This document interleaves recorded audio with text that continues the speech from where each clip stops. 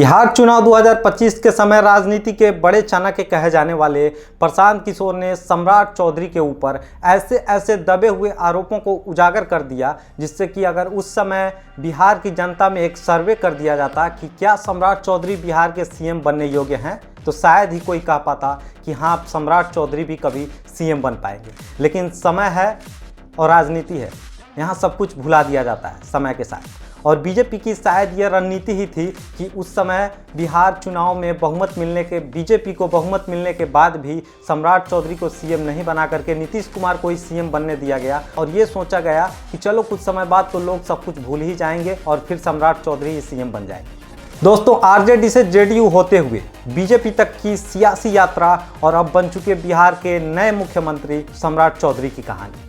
7 हत्याओं के केस, उम्र बदलने का घोटाला और गायब हो चुके 11 गवाहों की अनसुलझी कहानी। यह है सम्राट चौधरी के अब तक के जीवन और साथ साथ लगे तमाम आरोपों और कुछ संगीन मामलों में संलिप्तता की कहानी।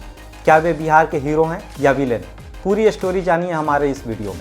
और दोस्तों, आज हम बात करेंगे बिहार के नए सीएम सम्राट चौधरी की। सम्राट का जन्म 16 नवंबर 1968 को मुंगेर जिले के तारापुर ब्लॉक के लखनपुर गाँव में हुआ।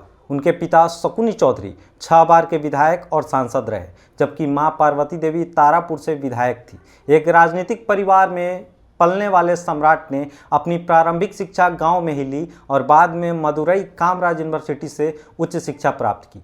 हालांकि बिहार चुनाव के समय प्रशांत किशोर ने इनकी डिग्री को फर्जी बताया था और जिसका जवाब भी सम्राट चौधरी स्पष्ट रूप से नहीं दे पाए थे। उनका बचपन सामान्य ग्रामीण जीवन में बीता, लेकिन पिता की राजनीतिक विरासत ने उन्हें जल्दी ही मैदान में उतार दिया। कुशवाहा यानी कोयरी समुदाय से ताल्लुक़ रखने वाले सम्राट ने गांव की मिट्टी से जुड़कर संघर्ष सीखा।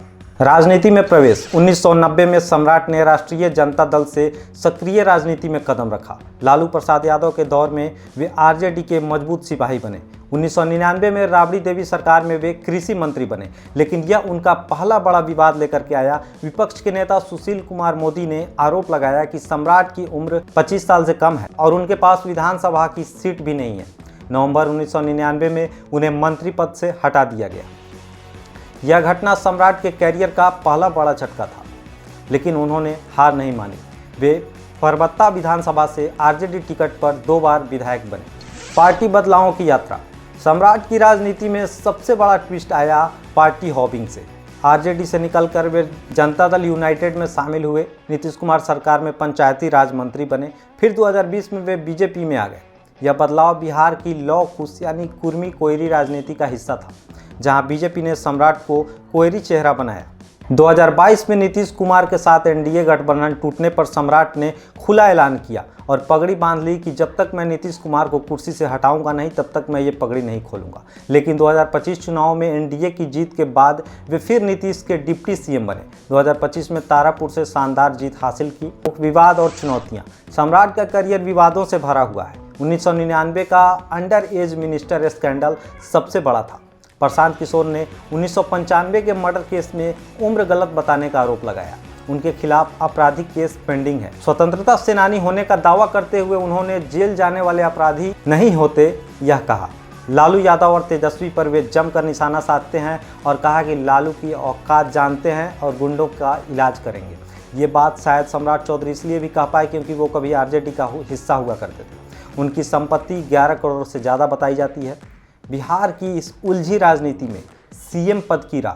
बिहार की राजनीति जाति गठबंधन और विश्वासघात से भरी हुई है। सम्राट ने आरजेडी, जेडीयू, बीजेपी की लहर में तैरना सीखा। बीजेपी ने उन्हें पोस्टर बॉय बनाया क्योंकि वे ओबीसी चेहरा है। 2025 चुनाव में एनडीए की जीत से वे दूसरी बार डिप्टी सीएम बने।